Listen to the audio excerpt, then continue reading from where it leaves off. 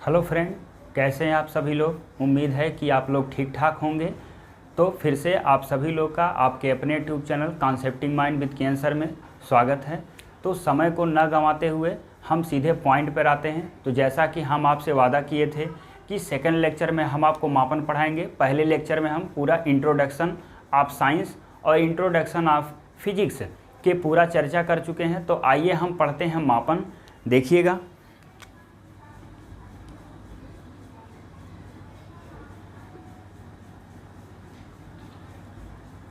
और इंग्लिश में इसको क्या लिखते हैं, मेजरमेंट।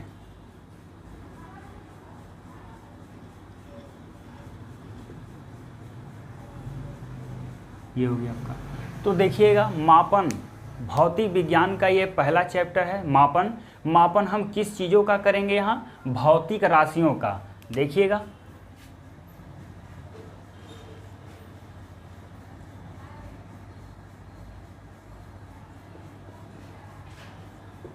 भौतिक राशियाँ, फिजिकल क्वांटिटी।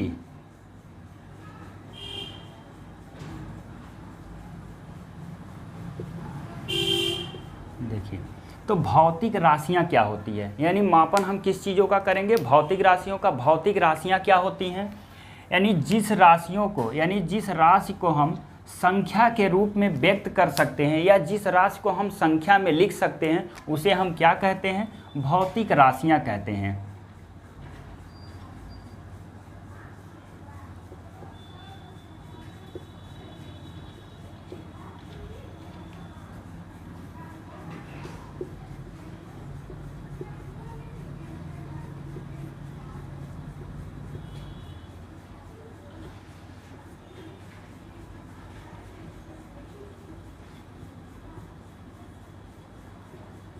देखिए, तो जिस राशि को हम संख्या में के रूप में व्यक्त कर सकते हैं, यानी संख्या में व्यक्त कर सकते हैं, उसे क्या कहते हैं, भौतिक राशियाँ। यानी जिसको हम किसी भी राशि को आप मेजरमेंट करते हैं, मापते हैं, तो यानी जिस राशि को संख्या में लिख सकते हैं उसको क्या कहेंगे, भौतिक राशियाँ। दूसरे भाषा में देखिएगा, जिस राशि का हम मापन किससे करते हैं, जिस राशि का मापन यंत्रों की सहायता से करते हैं, देखिए, यंत्रों की सहायता से। तो जिस राशि का मापन किससे करते हैं, यंत्रों की सहायता से, उसे भौतिक राशियां कहते हैं। आसान से एकदम समझा रहे, देखिएगा पॉइंट टू पॉइंट हम आपको समझाएंगे बहुत ही आसान तरीके के। तो देखिएगा, आपको भौतिक राशियां हो गई, यानी जिसको हम संख्या के रूप में व्यक्त कर सकते हैं या जिसका मापन हम यंत्रों की सहायता कर सकते हैं। जैसे आप देखिएगा, द्रव्यमान की हम बात करते हैं, द्रव्यमान। तो द्रव्यमान का जो आपका मापन, यानी इसको हम मेजरमेंट किससे करते हैं, भौतिक तुला से। देखिएगा, प्रश्न अभी बनता है कि द्रव्यमान को हम किससे मापते हैं, तो भौतिक तुला से। ये हो गया आपका। दूसरा आपका क्या होगा, जैसे मान लीजिए गुरुत्वीय त्वरण की बात आ गई।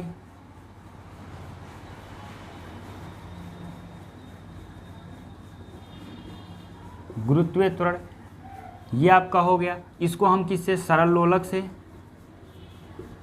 सरल लोलक। ये हो गया। गुरुत्वीय त्वरण का मान आपको जैसा कि पता है कि 9 पॉइंट होता है 8 मीटर प्रति सेकंड स्क्वायर। भूमध्य रेखा पर गुरुत्वीय त्वरण की मान सबसे अधिक होती है, ध्रुव के तरफ जाने पर बढ़ता है। और आपका देखिएगा, जैसे जैसे ध्रुव की तरफ जाएंगे वो बढ़ेगा, मतलब पोल की तरफ जाने पर बढ़ता है, इक्वेटर की तरफ जाने पर क्या होता है, घटता है। पृथ्वी के ऊपर हिस्से पर जाने पर भी क्या होता है, जैसे जैसे ऊंचाई बढ़ती है वो भी आपका गुरुत्वीय त्वरण का मान क्या होता है, घटता है। पृथ्वी के नीचे अंदर की ओर जाने पर भी गुरुत्वीय त्वरण का मान क्या होता है, घटता है।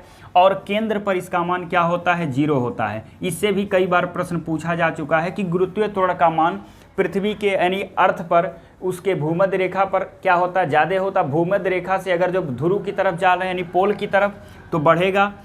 इक्वेटर की तरफ जा रहे हैं तो क्या होता है, आपका घटता है। ऊपर की तरफ घटेगा, नीचे की तरफ क्या होता है, घटता है। कई बार पूछा कि केंद्र पे क्या होगा, तो केंद्र पे 0 होगा। आइए, तो इसके बारे में भी आगे हम चर्चा करेंगे। तो देखिएगा, भौतिक राशियाँ, जैसे द्रव्यमान का मेजरमेंट भौतिक तुला से, गुरुत्वीय त्वरण का मापन हम कैसे करते हैं, सरल लोलक से। तो इस तरह का हम भौतिक राशि के बारे में समझ चुके हैं। आइए अब भौतिक राशियाँ कितने प्रकार की होती हैं उसके बारे में जानते हैं।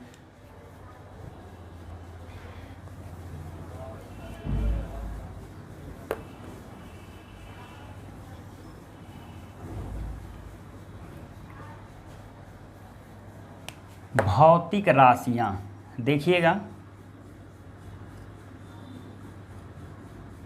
भौतिक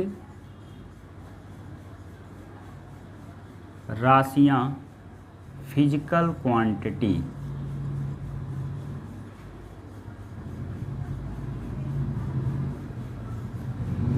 इसको कितने कैटेगरी में डिवाइड किया गया? सबसे पहला जो आपका होता है अदिश राशि,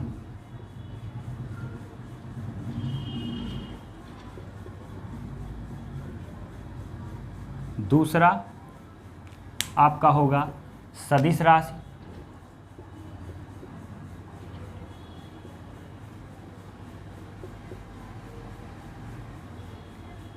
तीसरा मूल राशि, इसके बाद व्युत्पन्न राशि,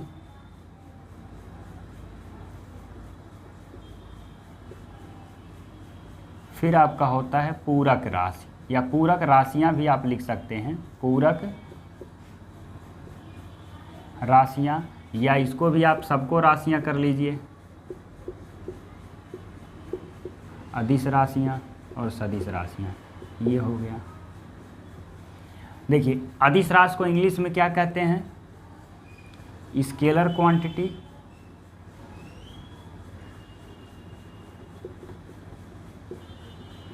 सदिश राशि को क्या कहते हैं? वेक्टर क्वांटिटी,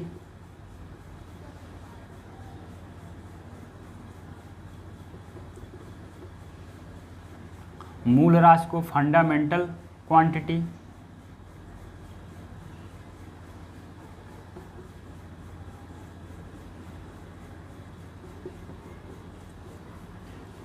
व्युत्पन्न को ड्राइव्ड क्वांटिटी बोलते हैं,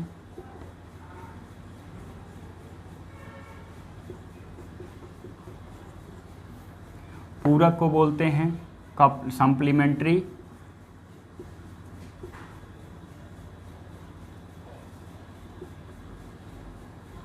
क्वांटिटी। देखिए ये होता है भौतिक राशियां, 4 पार्ट में डिवाइड किया गया। देखिए ये जो दोनों आपका है, ये दिशा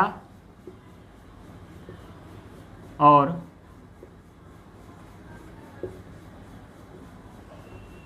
परिमाण के अनुसार डिवाइड किया गया है। ये तीनों जो आपका है, ये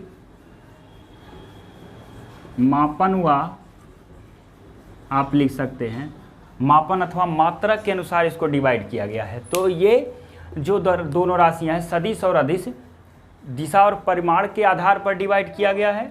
बाकी ये तीनों राशियां आपका मापन और मात्रक के आधार पर डिवाइड किया गया है। तो सबसे पहले हम बात करते हैं किसकी? अदिश राशि की। तो देखिए अदिश राशि क्या होता है? जैसा कि आप पहले से पढ़ते आ रहे हैं, अदिश राशि का मतलब यहाँ जो हम जानेंगे, अदिश राशि में यानी ऐसी राशि जिसमें केवल और केवल परिमाण की, यानी उसको मापने की आवश्यकता, जब उसका मापन करते हैं उसमें केवल परिमाण की आवश्यकता होती है। मतलब इसमें केवल हम परिमाण लिखते पाते हैं, जिसको आप कहते हैं मैग्नीट्यूड। और सदिश में क्या होता है? दिशा के साथ साथ उसका परिमाण भी होता है। और मूल राशियां का मतलब होता है जो राशियां यानी किसी राशि से निर्भर नहीं करती, यानी जो राशियां पूर्णतः स्वतंत्र होती हैं उन्हें हम मूल राशियां कहते हैं। मूल राशियों से निकाल कर बनाई गई राशियां, यानी मूल राशियों की सहायता से बनाई गई राशियां व्युत्पन्न राशियां होती हैं। पूरक राशियां क्या है आपका? पूरक राशियां जो राशियां ना तो मूल राशि हो ना तो व्युत्पन्न राशि हो, वो कहते हैं आपका पूरक राशि। तो पूरक राशि 2 होता है, मूल राशियां आपका 7 होता है, व्युत्पन्न तो बहुत सारी राशियां होती हैं, अदिश और सदिश भी राशियां होती हैं। पूरा हम आपको चार्ट दे देंगे कि कौन सा सदिश है कौन सा अदिश है। तो अभी हम पहले इसकी परिभाषा के बारे में पढ़ेंगे। तो जैसा कि आप जान गए कि अदिश क्या राशियां होती हैं? जिसमें केवल परिमाण होता है। सदिश में क्या होता है? इसमें देखिएगा परिमाण के साथ साथ परिमाण और प्लस क्या होता है? जिन राशियों को व्यक्त करने के लिए परिमाण और दिशा की आवश्यकता होती है वो आपकी सदिश राशियां होती है। जैसे अगर जो कोई भी आप जैसे द्रव्यमान की हम बात करते हैं तो द्रव्यमान यानी सॉलिड वस्तुओं का मेजरमेंट करते हैं, जैसे आपको कह दे। लेकिन सॉलिड चीज़ें देखिएगा, सोना का आप देखे होंगे, सोना जो आपका है यानी सोना का जो मापन करते हैं वो कैरेट में करते हैं। और सोना का मापन देखिए पूछता भी है कि सोना का मापन किस में करते हैं, कैरेट में। और पूछा जाता है कि सोना की शुद्धता भी आपको किस में होती है, कैरेट होती है। कहते हैं 24 कैरेट की सोना सबसे शुद्ध मापी जाती है। तो देखिए सोना का, तो इसका मापन किस में करते हैं, कैरेट में।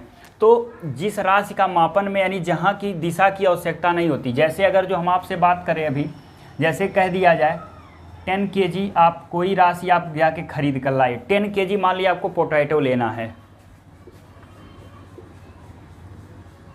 यानी आलू। अगर जो 10 kg आपको आलू लेना है तो दुकानदार के पास जाकर आप ये नहीं कहेंगे कि 10 किलोग्राम आलू आप पूरब दिशा या दक्षिण दिशा या उत्तर दिशा में आप बैठकर तौलिए। आप सीधे कहेंगे कि हमको एक, आप क्या बताएंगे, एक मैग्नीट्यूड आप बता देंगे कि आप हमको एक मैग्नीट्यूड बता देंगे कि 10 kg हमको आलू चाहिए, तो वो 10 kg आपको वहाँ दिशा की कोई आवश्यकता नहीं है। अब जैसे हम बात करते हैं सदिश में बात करते हैं दिशा की आवश्यकता होती है। जैसे बल की बात करते हैं तो जैसा कि आप जानते हैं कि बल वह बाह्य कारक है जो किसी भी वस्तु की स्थिति में परिवर्तन या परिवर्तन करने की कोशिश करता है, वही आपका बल यानी फोर्स कहलाता है। ये आपका है बल। तो बल क्या होता है, जिस दिशा में आप बल लगाएंगे किसी भी ऑब्जेक्ट पर, अगर जो आप बल लगाते हैं, जैसे एक ऑब्जेक्ट है ये, अगर जो आप इस पर बल लगाते हैं F, तो इसी डायरेक्शन में ये क्या होता है, इसका डिस्प्लेसमेंट होता है।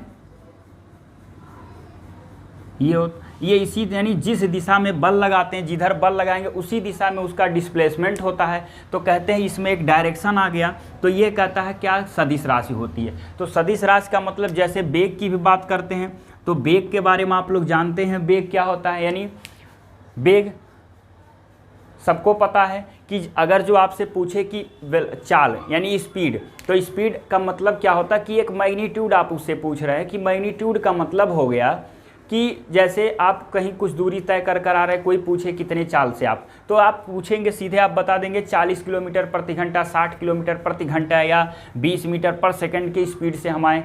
लेकिन आपको अगर जो मैग्नीट्यूड की बात करता है तो खाली आप चाल बता देते। अगर जो वहाँ डायरेक्शन शो कर रहे हैं कि जैसे हम 60 किलोमीटर प्रति घंटा की स्पीड से दक्षिण दिशा से आ रहे हैं, तो वो आपका क्या कहलाता है, वेग कहलाता है। यानी वेग में क्या होता है, डायरेक्शन होता है। तो वेग आपकी कैसी राशि होती है, सदिश होती है। कई बार लोग गलती कर देते हैं कि अगर जो आप चाल और वेग दोनों एक ही चीज़ होता है, लेकिन जहाँ दिशा और परिणाम दोनों हम बताते हैं, जहाँ दिशा और परिमाण, वो आपका क्या होता है, वेग। जहाँ केवल और केवल क्या होता है, केवल एक मैग्नीट्यूड परिमाण होता है, वो क्या होता है आपका चाल।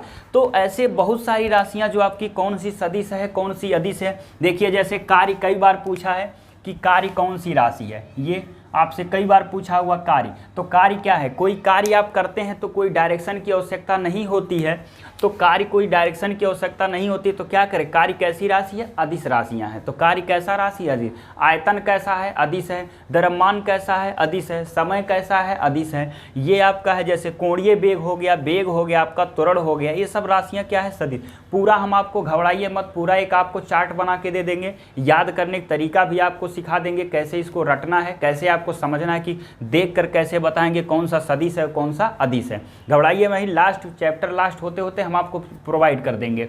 देखिएगा अब बात करते हैं मूल राशि की। तो मूल राशियां क्या होती है, वह राशियां जो किसी सहायता से नहीं बनाई जाती, यानी जो राशियां पूर्णतः स्वतंत्र हो, उसे हम क्या कहते हैं, मूल राशि कहते हैं।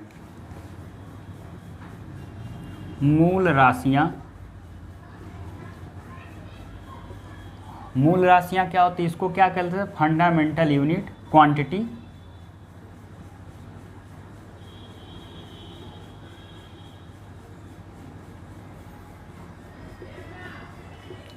Fundamental quantity. देखिए जो राशियां पूर्णतः क्या होती हैं, स्वतंत्र होती हैं, उसे हम क्या कहते हैं, मूल राशि। यानी जो राशियां क्या होती हैं, पूर्णतः क्या हो, स्वतंत्र हो। स्वतंत्र यानी पूर्णतः क्या हो, स्वतंत्र हो। जो राशियां पूर्णतः क्या होती हैं, स्वतंत्र हो। अब देखिए जैसे कई बार ये भी पूछा है कि कितनी मूल राशियां होती हैं, ये भी पूछा है, तो आपको याद होना चाहिए पूर्णतः स्वतंत्र होता है और कितनी मूल राशियां होती हैं, 7। कितनी मूल राशियां, 7। कौन कौन, देखिएगा कौन कौन मूल राशियां होती हैं वो भी आपको याद होना चाहिए। समय, ये पहला है आपका। दूसरा आपका द्रव्यमान, या तो ऐसे आप लिखिए, यहाँ से स्टार्ट करते हैं हम, स्टार्टिंग से।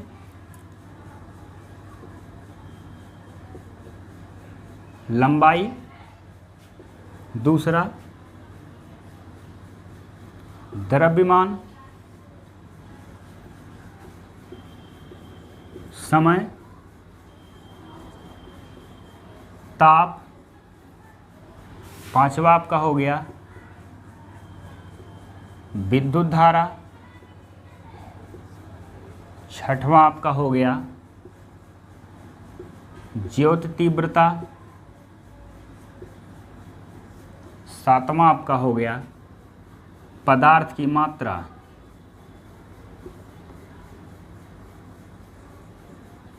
ये हो गया। देखिएगा, तो ये 7 मूल राशियां हैं।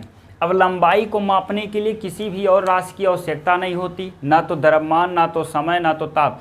तो ये जो राशियां होती हैं आपकी कैसी राशियां? मूल राशियां। अब देखिएगा, मूल राशियों के बाद अगला जो हम लिखे थे वो होता है व्युत्पन्न राशियां। क्या होता है? व्युत्पन्न राशियां।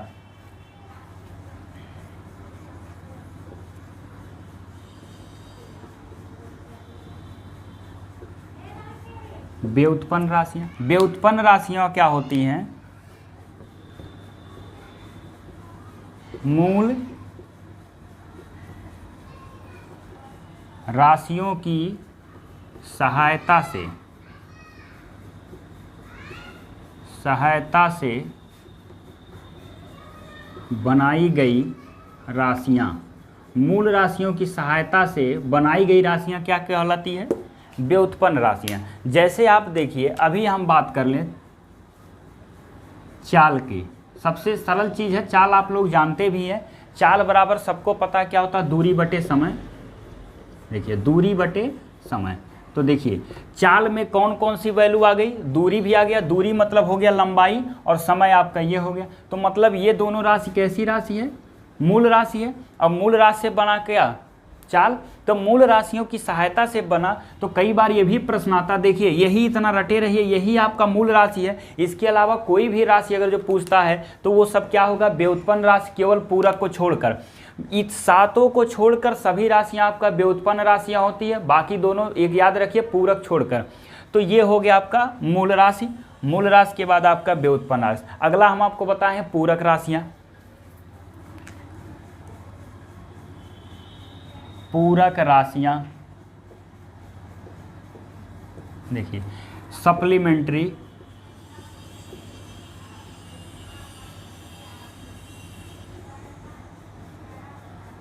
क्वांटिटी, देखिए ये होता है। तो आपका जो पूरक राशियां होती हैं,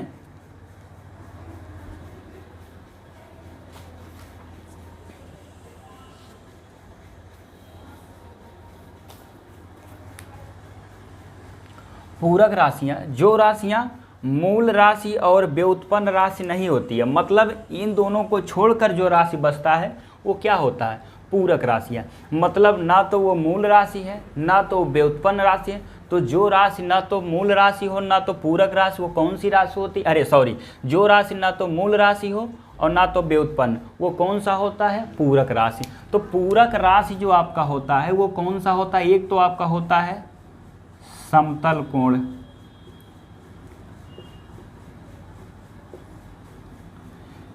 जिसको आप कहते हैं प्लेन एंगल इंग्लिश में, ये हो गया। तो देखिए, समतल कोण का मतलब क्या हो गया? पहला ये है, और दूसरा जो है, पहले हम इसके बारे में जान लेते हैं। समतल कोण आप देखे होंगे, वृत्त, वृत्त सब लोग जानते हैं। वृत्त का एक केंद्र होता है और इसकी एक त्रिज्या होती है। तो इस त्रिज्या के बराबर एक आर्क काट लीजिए, यानी चाप। तो ये चाप जो आपका है, ये चाप इस त्रिज्या के बराबर होगा। मान लीजिए O है, A है और ये B है। तो क्या हो जाएगा? OA आपका रेडियस है और AB आपका क्या है? चाप है। ये दोनों बराबर हो गया। तो इसके केंद्र पे जो आंतरिक कोण होता है वो आपका होता है समतल कोण। क्लियर हो रहा है। समतल कोण, और इसको हम मापते हैं रेडियन में। क्या मापते हैं? रेडियन में। तो समतल कोण आपका होता है रेडियन, RAD से लिखते हैं। तो समतल कोण का मात्रक होता है, अभी हम उसकी चर्चा करेंगे। और दूसरा आपका क्या होता है? घन कोण, यानी सॉलिड एंगल। ये हो गया। तो सॉलिड एंगल होता है, तो सॉलिड एंगल क्या होता है? ये आपका होता है स्फेयर। क्या होता है? गोला। तो गोला के जो सरफेस यानी वक्र से और उसके केंद्र पे जो कोण आंतरित होता है उसे क्या कहते हैं? घन कोण कहते हैं। घन कोण यानी सॉलिड, इसको बोलते हैं स्टेरेडियन, यानी इसको लिखते हैं यस में, आगे लिखते हैं। इसका जो मात्रक होता है, सॉरी, इसका मात्रक होता है स्टेरेडियन। स्टेरेडियन हम गोला में मेजर करते हैं और समतल कोण हम वृत्त में मेजर करते हैं। तो ये होता है कुछ छोटी छोटी चीज़ें जो हमको जानना जरूरी है। अब आगे इससे रिलेटेड हम पढ़ते हैं, आइए उसके बारे में कुछ चर्चा करते हैं। अब मापन के बारे में हम पढ़ते हैं, मापन क्या होता है, फिर मात्रक क्या होता है, आइए उसके बारे में पढ़ते हैं। भौतिक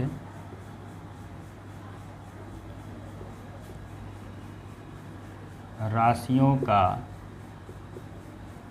मापन। सबसे पहले मेजरमेंट जान लेते हैं क्या होता है।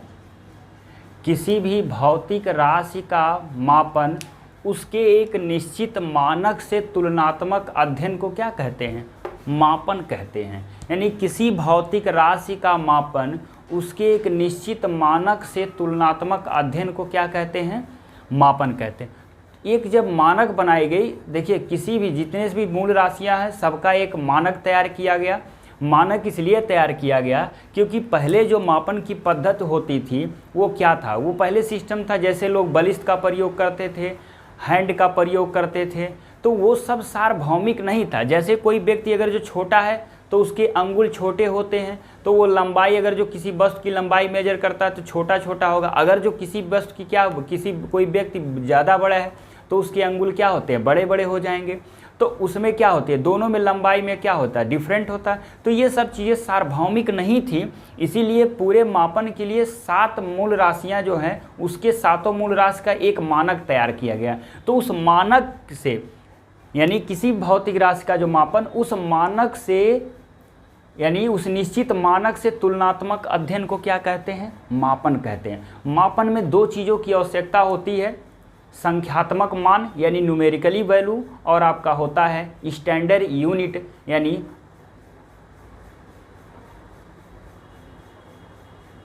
स्टैंडर्ड यूनिट आपका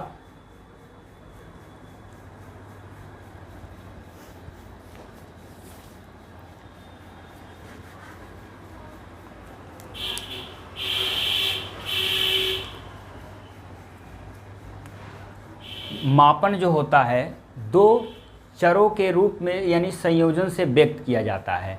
2 चरों के संयोजन में व्यक्त किया जाता है। वो होता क्या क्या है? पहला जो आपका है वो होता संख्यात्मक मान,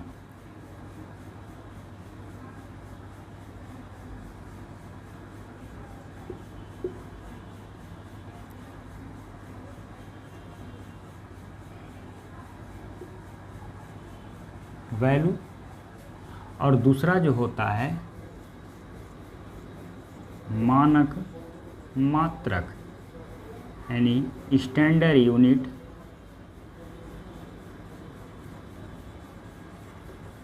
ये होता है।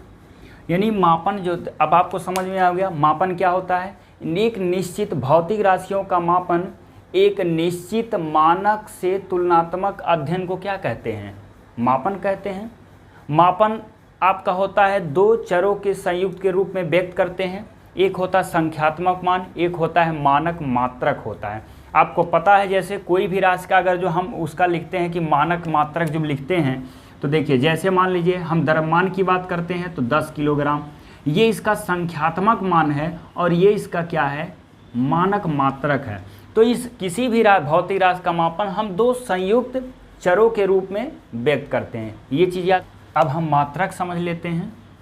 मात्रक यानी यूनिट। किसी भी भौतिक राशि को मापन करने के लिए एक निश्चित किया गया मान, यानी भौतिक राशि का जब मापन करते हैं तो एक निश्चित किया गया मान क्या कहलाता है, उसका मात्रक कहलाता है। और मात्रक कितने प्रकार के होते हैं, 2 प्रकार के होते हैं। कौन कौन? मूल मात्रक,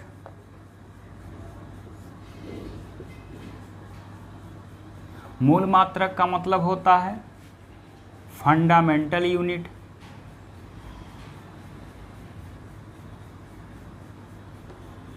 ये हो गया।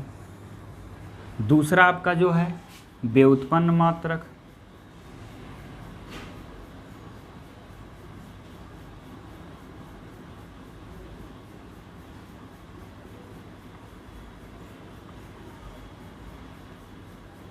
Derived unit. मूल राशियों का मात्रक क्या कहलाता है, मूल मात्रक। व्युत्पन्न राशियों का मात्रक व्युत्पन्न मात्रक। क्लियर हुआ? तो जितने भी मूल राशियां होती हैं उनके उतने मूल मात्रक, जितने व्युत्पन्न राशि होते हैं उसके उतने व्युत्पन्न मात्रक। तो मूल राशियों का मात्रक क्या कहलाता है, मूल मात्रक। और व्युत्पन्न राशियों का मात्रक क्या कहलाता है, मान राशियों का व्युत्पन्न मात्रक। ये हो गया। अब देखिए, अब आपको पढ़ना है कि मापन की पद्धति। तो मापन की पद्धति कुल 4 प्रकार की अपनाई गई। कौन कौन? मापन की जो पद्धति है आपकी वो 4 प्रकार की है। मापन की पद्धति, देखिएगा एक एक चीज़ हम आपको बता रहे हैं। उम्मीद है कि आपको समझ में आ रहा होगा। आप बने रहिए। अगर जो क्लास समझ में आता है तो इसको लाइक और सब्सक्राइब जरूर करिए। और हम इसमें सारी चीज़, जितने भी प्रश्न हैं सारे एक एक करके कराएंगे। आप घबराइए मत। पहले हम उसके बेसिक यानी नॉलेज लेते हैं। जब बेसिक नॉलेज आप रखेंगे तो प्रश्न को करना आसान होगा, क्योंकि ये सब चीज़ें जानना बेहद ज़रूरी है। अगर जो ये सब चीज़ें आप नहीं जानते हैं तो आगे आपको पढ़ने में समस्याएं आएंगी कि कौन से मूल मात्रक है, कौन सी मूल राशियाँ, क्योंकि इससे भी कई बार प्रश्न पूछा जा चुका है। अदिश और सदिश के बारे में पूछा जा चुका है। तो जब इसके परिभाषा या इसके फंडामेंटल चीज़ें नहीं जानेंगे तो आप बताइए कैसे कर सकते हैं। तो ये सब चीज़ें बताना ज़रूरी है और आपको पढ़ना भी ज़रूरी है। इसके बारे में आपको बेहद जानकारी रखनी पड़ेगी, तभी इसके बारे में आप समझ सकते हैं। आप घबराइए मत, आप पढ़ते रहिए और वीडियो को लाइक और सब्सक्राइब जरूर करिए। आप देखते रहिए इसमें। अब आप पढ़ते हैं मापन की पद्धति। तो मापन की पद्धति क्या होती है? मापन की पद्धति आपको बताएं कि 4 प्रकार की अपनाई गई। सबसे पहला जो होता है वो है सीजीएस पद्धति।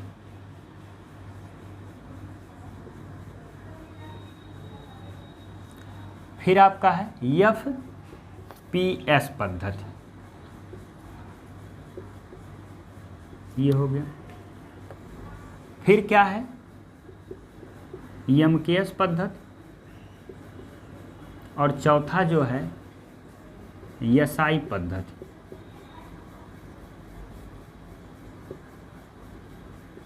ये है system international unit, CGS system, FPS system, MKS पद्धति यानी सिस्टम, और सिस्टम इंटरनेशनल पद्धति।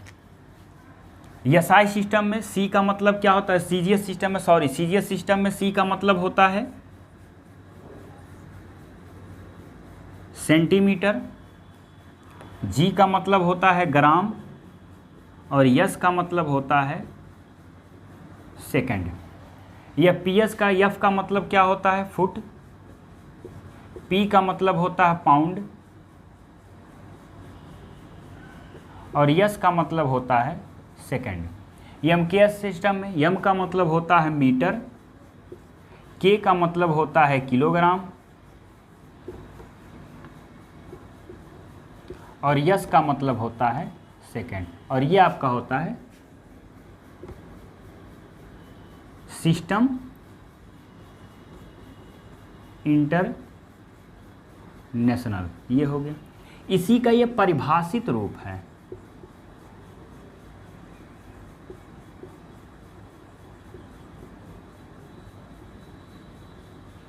एमकेएस का ये परिभाषित रूप है। देखिए आपको बताया कि कई बार पूछा है कि लंबाई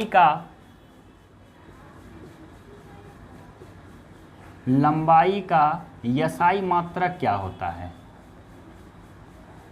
एसआई मात्रक।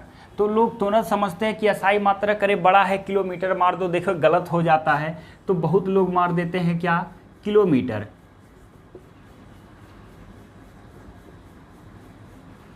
कई लोग किलोमीटर मार कर आते हैं, ये हो गया आपका किलोमीटर। तो ये गलत होता, देखिएगा जहाँ भी आप पढ़े हैं कहीं भी लंबाई का मात्रक जो भी है आपका सेंटीमीटर उठाया है, फुट उठाया है, मीटर उठाया है, तो आपका SI मात्रक क्या होता है, SI इसकी परिभाषित रूप है, तो लंबाई का SI मात्रक क्या हो गया, मीटर हो गया। और अगर जो टाइम की बात करते हैं, टाइम का SI मात्रक, समय का SI मात्रक, तो हर जगह देखिएगा सेकंड का ही इस्तेमाल किया गया, तो ये सेकंड होता है। तो ये चीज़ें आप होती है, इसको याद रखिएगा। देखिए CGS सिस्टम को हम कहते हैं फ्रांसीसी प्रणाली, या इसको मीट्रिक प्रणाली भी कहते हैं। ये होता है मीट्रिक प्रणाली, इसको कहते हैं ब्रिटिश प्रणाली, ब्रिटिश प्रणाली, ये होता है। तो लंबाई जब आपका हो मापन की पद्धति हो गई, 4 तरह की पद्धति आती है, CGS, FPS, MKS, SI, सबके बारे में देखिएगा। SI को जो हम यूज किए, ये आपका आया 1971 में। 1971 में अंतर्राष्ट्रीय माप तौल प्रणाली अधिनियम में इसको शामिल किया गया 1971 में। ये भी कभी कभी पूछ लेता है SI पद्धति कब आई, कब इसको शामिल किया गया, तो 1971 में इसको मूल राशियाँ, 7 मूल राशियाँ लिखते हैं और 7 आपका मूल मात्रक, फिर 2 पूरक मात्रक हैं और पूरक राशियाँ, उनके बारे में भी पढ़ते हैं। सबसे पहले लंबाई,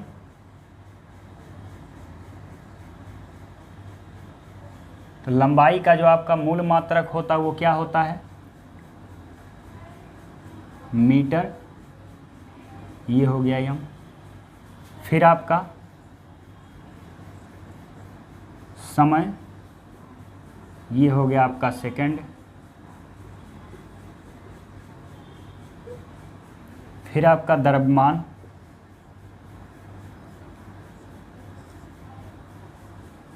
किलोग्राम।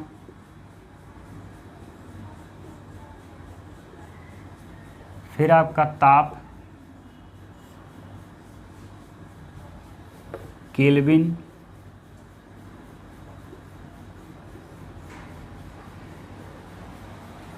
फिर आपका आ गया विद्युत धारा,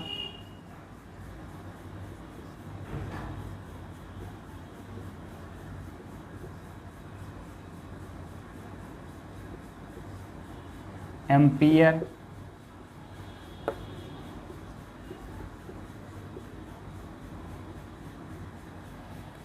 फिर आपका ज्योत तीव्रता,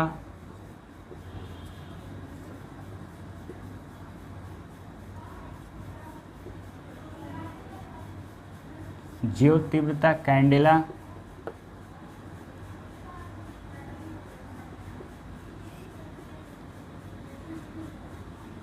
पदार्थ की मात्रा,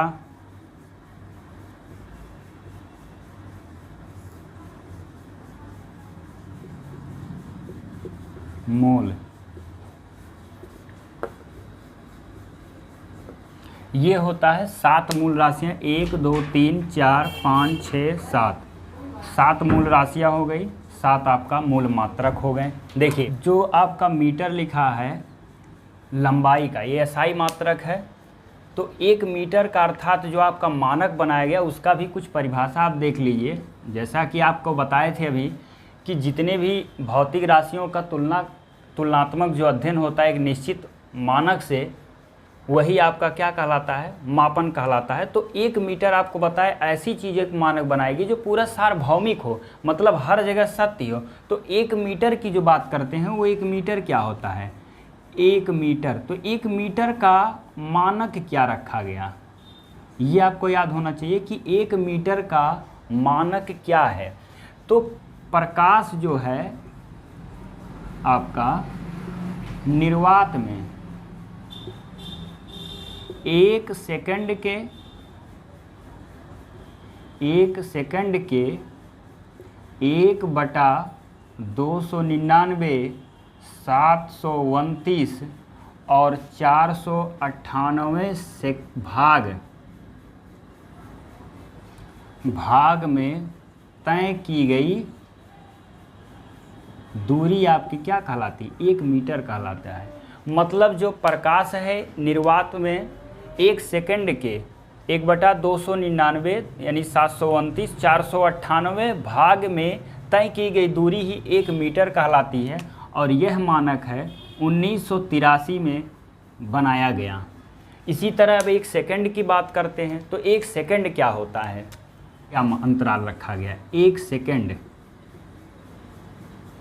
सेकंड का जो अंतराल बनाया गया है वो क्या है, यहाँ हम बता दे रहे हैं आपको। 1 सेकंड का परमाणु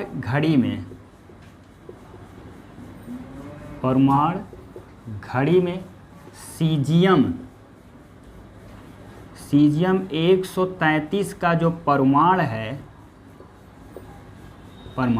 वो 919, 263 और 1770 बार कंपन करता है। वो आपका 1 सेकंड का अंतराल बनाया गया है। परमाणु घड़ी में सीजियम 133 का जो परमाणु है वो 919, 263, 31 जो आपका 263, 1770 बार कंपन करता है। वो 1 सेकंड का मानक बनाया गया। इसी तरह किलोग्राम का भी एक मानक बनाया गया। तो किलोग्राम का क्या मानक होता है आपको पता है? अंतर्राष्ट्रीय मापतौल प्रणाली कहाँ है? फ्रांस में है। और फ्रांस के राजधानी में जो आपका पेरिस है, पेरिस के निकट एक स्थान है सेवरिस।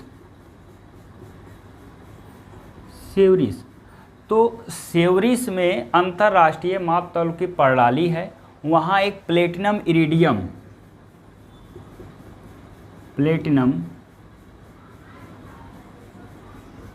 इरिडियम का एक मिश्र धातु है जिसका द्रव्यमान क्या है? 1 kg है। प्लेटिनम इरिडियम का एक मिश्र धातु है। क्या है? एक मिश्र धातु है। उसका जो द्रव्यमान है क्या है? वो आपका 1 किलोग्राम के बराबर है। तो ये मानक आपका रखा गया। इसी तरह केल्विन का मानक जो आपको पता है, इसी तरह एम्पियर का, इसी तरह कैंडिला का, सबका एक मानक बनाया गया। तो हम बात कर लेते हैं केल्विन का। तो आपको पता होगा त्रिक बिंदु का मतलब होता है ट्रिपलेट पॉइंट। इसको क्या लिखते हैं? त्रिक बिंदु तो जल का वह अवस्था होती है जो तीनों अवस्था में मौजूद हो। ठोस में, द्रव और गैस, जब तीनों अवस्था में मौजूद हो तो उसे कहते हैं ट्रिपलेट पॉइंट। और उसका 1/273वां भाग का जो ताप होता है, उसमें गतिकी का ताप होता है 1/273वां जो भाग होता है उस ऊष्मागतिकी का ताप का, उसे कहते हैं 1 केल्विन कहते हैं। क्या कहते हैं? 1 केल्विन। ये आपका ताप का SI मात्रक क्या होता है? केल्विन। याद रखिएगा, ये भी पूछता है। ताप का आपका मात्रक पूछ लिया। तो इसी तरह से आपका देखिए लंबाई का हो गया, समय का हो गया, द्रव्यमान का, ताप का। अब हम बात करते हैं विद्युत धारा का। निर्वात में अनंत लंबाई की 2 समांतर तारें, अनंत लंबाई की 1 मीटर की दूरी 1 मीटर की दूरी पर प्रत्येक तार में प्रति मीटर लंबाई पर 2 × 10⁻⁻7 न्यूटन का जो बल उत्पन्न करती है वह 1 एम्पियर की क्या होती है? बराबर होता है। 1 एम्पियर का मतलब क्या हो गया? निर्वात में 2 अनंत लंबाई की समांतर, यानी 2 अनंत लंबाई की 2 तारें समांतर 1 मीटर की दूरी पर रखी गई हैं और उनमें प्रवाहित धारा के प्रति मीटर लंबाई पर 2 × 10 पर, दोनों तारों में 2 × 10⁻⁻7 न्यूटन का बल उत्पन्न करना ही आपका क्या कहलाता है? 1 एम्पियर कहलाता है। अब आते हैं कि इसमें ज्योत तीव्रता की बात कर लेते हैं। वर्णीय प्रकाश हो, एक वर्णीय प्रकाश स्रोत से 540 × 10⁻12 हर्ट्ज तथा 1/683 प्रति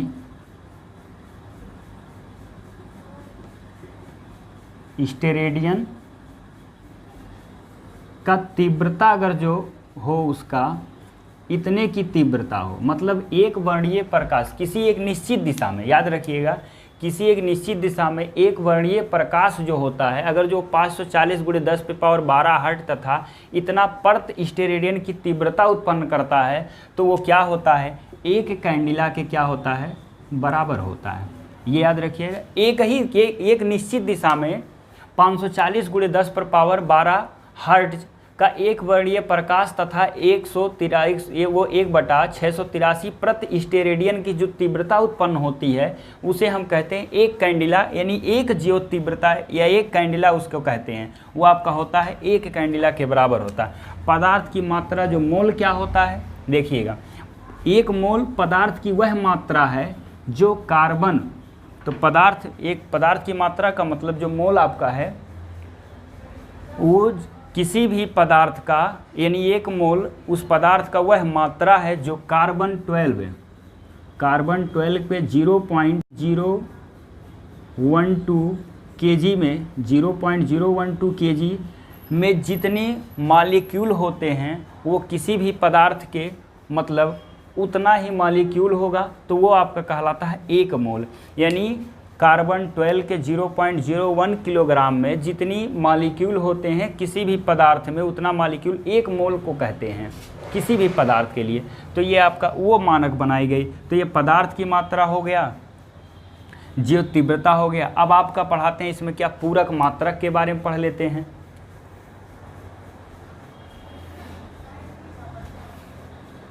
क्या क्या हो गया, पूरा मापन के बारे में आपको बता दिए, मूल राशियाँ, मूल मात्रक, व्युत्पन्न मात्रक, व्युत्पन्न राशियाँ और मूल राशियाँ और मूल राशियों के मात्रक भी आपको बता दिए और उसके मानक के बारे में भी बता दिए। और एक आपका जो बचा पूरक राशि, देखिए पूरक राशि, तो पूरक राशि क्या होता है, जो आपका पूरक राशि है आपको सबसे पहले भी लिखवाए थे, फिर एक बार हम उसके बारे में अब चर्चा करें। समतल कोण आपका क्या कहते हैं आप, प्लेन एंगल, प्लेन एंगल। और इसका जो पूरक मात्रक होता है, पूरक मात्रक, पूरक मात्रक क्या होता है प्लेन एंगल का, रेडियन, इसको लिखते हैं RAD। फिर आपका होता है घन कोण,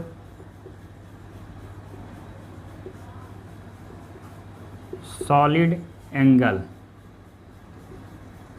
ये आपका होता है स्टेरेडियन, स्टेरेडियन SR, ये इसके सिंबल होते हैं। तो पूरक राशि हो गया, पूरक मात्रक हो गया। तो हमने मापन के बारे में छोटी छोटी चीज़ों के बारे में अध्ययन कर लिए। अब देखिए अगले वीडियो में हम आपको लंबाई के कुछ प्रयोगात्मक मात्रक, समय के प्रयोगात्मक मात्रक, द्रव्यमान के प्रयोगात्मक मात्रक और 10 के जो घात यानी उपसर्ग के बारे में हम आपको बताएंगे कि 10 के घात में जैसे लिखा होता है कि कहीं 10 पे पावर 12, 10 और 18, इसको हम क्या कहते हैं, इसके बारे में चर्चा करेंगे। और आपको सदिश और अदिश राशि का पूरा हम डिटेल दे देंगे कि कौन सी राशियाँ सदिश रखी गई हैं, कौन सी राशियाँ। और फिर हम इसमें क्या करेंगे, आपको जो बीमीय सूत्र होता है, बीमा भी आपको हम अगले वीडियो में बता देंगे। तो पूरी तरह से मापन आपका क्या हो जाएगा, समाप्त हो जाएगा। तो अगले वीडियो में हम इसके बारे में पूरा डिटेल चर्चा करेंगे। अगर जो वीडियो पसंद आए तो लाइक और सब्सक्राइब जरूर करिए। धन्यवाद।